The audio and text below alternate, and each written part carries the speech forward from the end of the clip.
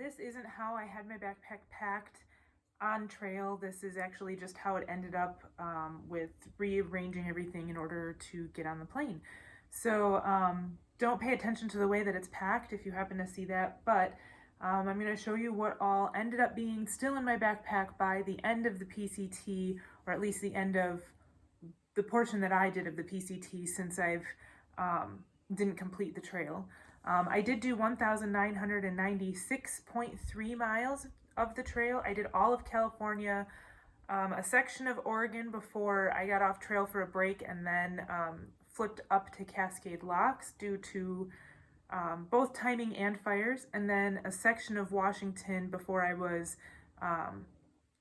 had to make the decision to get off trail because of the smoke and fires going on in Washington at the time. So I made it to White Pass in Washington.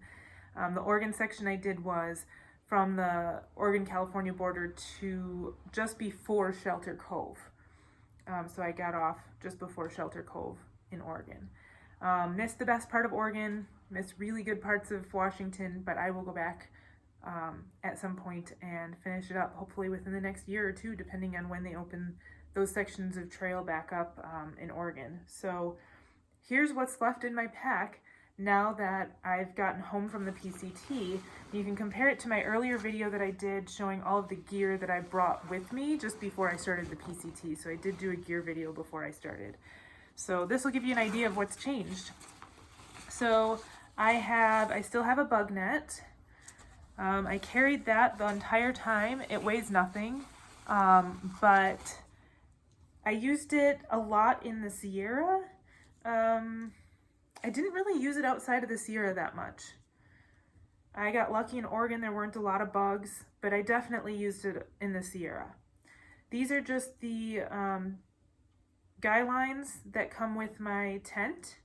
So I actually had a new tent sent to me in Packwood, Washington, because my old tent when I was in Cascade Locks was having zipper issues, and it was only 2.5 months old at that point in time. So I contacted Gossamer Gear. They sent me a new tent, and it arrived in Packwood, which is where I actually coincidentally ended up getting off trail.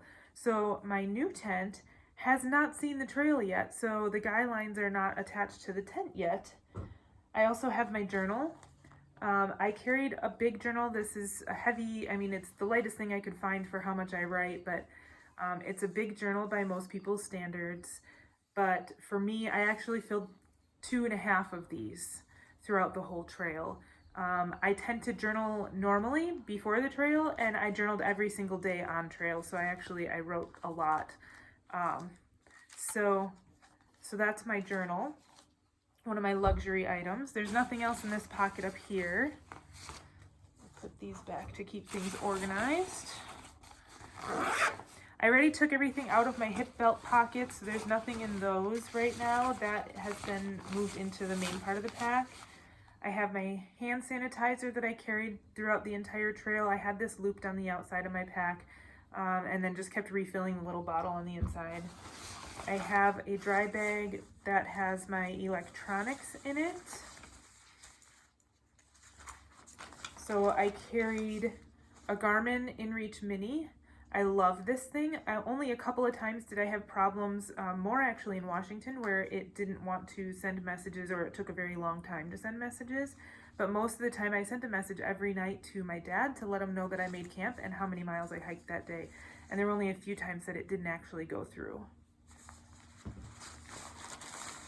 I have cords. So this is a supercharger for my power block, headphones, the charger cord for the Garmin, and the charger cord for the power block. And then I also had my cell phone charger and cord in here, which those are out because I've been using them since I've been home. And then I have an Anchor 20,000 superchargeable battery. It's, for what it is, it's fairly lightweight, but it is, it's heavy compared to the rest of my gear. I also kept my headlamp in here while I was on trail, but it's not in here right now because I actually carried this on the plane along with my food bag. I put this in the food bag, and then I just had a few, like my journal and a few things in the food bag snacks and stuff for me to use on the plane. Here is my tent. This is the Gossamer Gear, the 2, and like I said, this one has not seen the trail yet.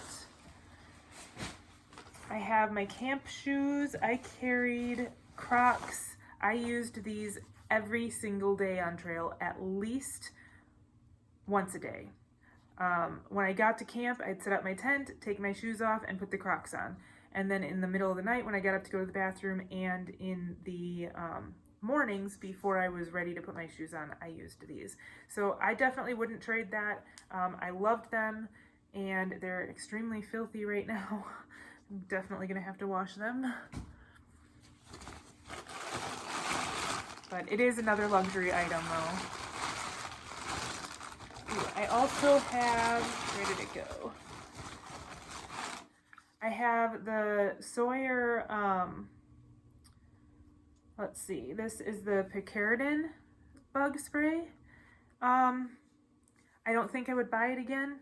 I was trying it to try and avoid DEET. DEET is really, really hard on your gear and clothing, and well, and our body too. But the Picaridin, I don't think it really worked that well. It definitely didn't work for very long.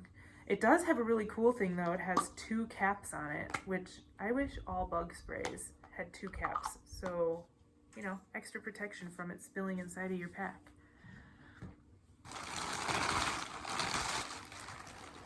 And I have my toiletries bag, which I have a toothbrush, toothpaste, oh, I can throw that toothbrush away, floss, sunscreen, a hairbrush. I actually ended up picking up some Q-tips in Packwood, and I was not going to carry them back out onto trail with me, but since I didn't go back on trail, they stayed in here. I also had my prescription medications in here, and my, actually I think that's all that was still in here besides this. I do not use stuff sacks. I shove my clothes into all the crevices and fill them as best I can. So this is my base layer. These are Icebreaker. They have they're merino wool and synthetic blend, and I wouldn't buy these again. They have a hole in them. The hole started before I even got on trail, even though I hadn't used them before trail. But it's definitely, the hole has run, and I would say that these were not nearly as warm as I thought they were supposed to be. I don't remember what the unit is used for base layers, but it's 200 is the number, whatever the unit is for that. But these are the ones that I have. This is what the tag says there. So these, I mean, they were a little bit too thin for me. Next time I would probably get a thicker pair of base layer pants. Then I have an Icebreaker sports bra. I did actually like the Icebreaker sports bra. I washed and dried it whenever I was in town, and it was never an issue. And I carried 2, so I wore one and carried one so that I had a sports bra to put on clean when I was in town. My initial thought with it was that I was going to switch them out while I was out on trail. That never happened. The only time it actually happened and was worth that was when I would go swimming in the lakes in the Sierra and north of the Sierra. And then one sports bra would be wet, so I'd put the dry one on. So that's the only time I actually used the second sports bra on trail. I have underwear. I carried 3 pairs of underwear. I did switch those out on trail. Then I have a Tech t-shirt. This one's just a Nike t-shirt. I rarely wore this on trail. Occasionally I slept with it on trail, but I did use it for towns. And it was really nice, especially in California, particularly, well, all of California, because even the Sierra, it was cold where we were, but when you'd go into town, you'd drop so much elevation that it'd be hot down there. So it was really nice to have this t-shirt for town days, and it gave me a chance to not have to wear the rain jacket when I did my laundry.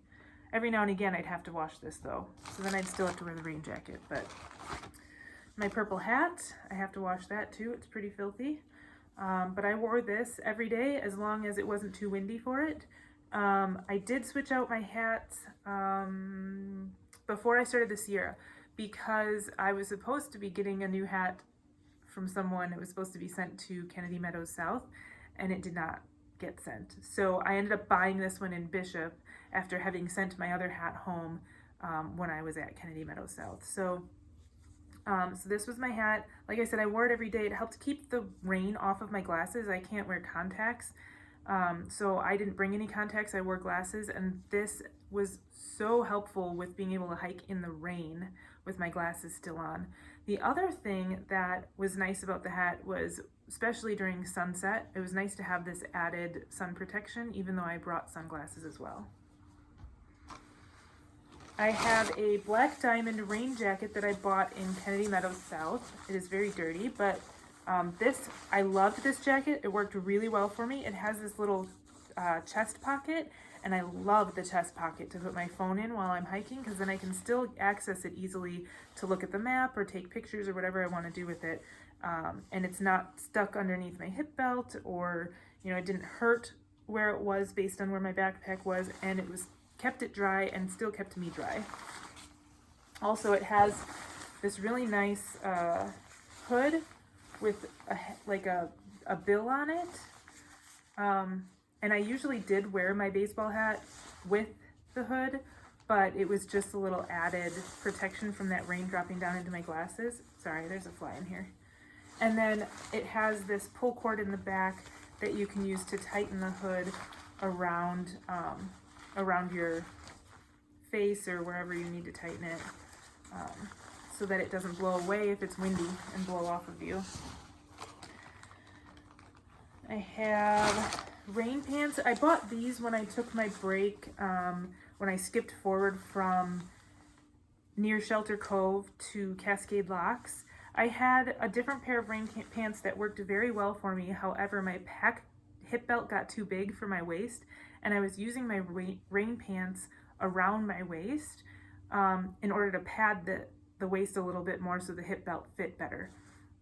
I did that for way too long. I did that for about 1,200 miles and never ended up getting a new pack, which I will be getting a new pack before I go out to finish up the rest of the 656 miles that I have yet to finish. But because I was doing that with the rain pants, I knew that I had destroyed the ability of the rain pants to keep me dry.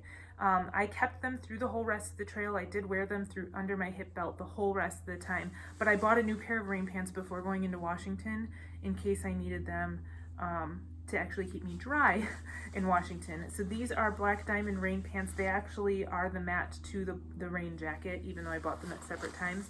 These are pretty lightweight. The only problem I have with them is that they are men's, and so they are exceptionally long on my tiny little 5'2" body. And I have my sun shirt.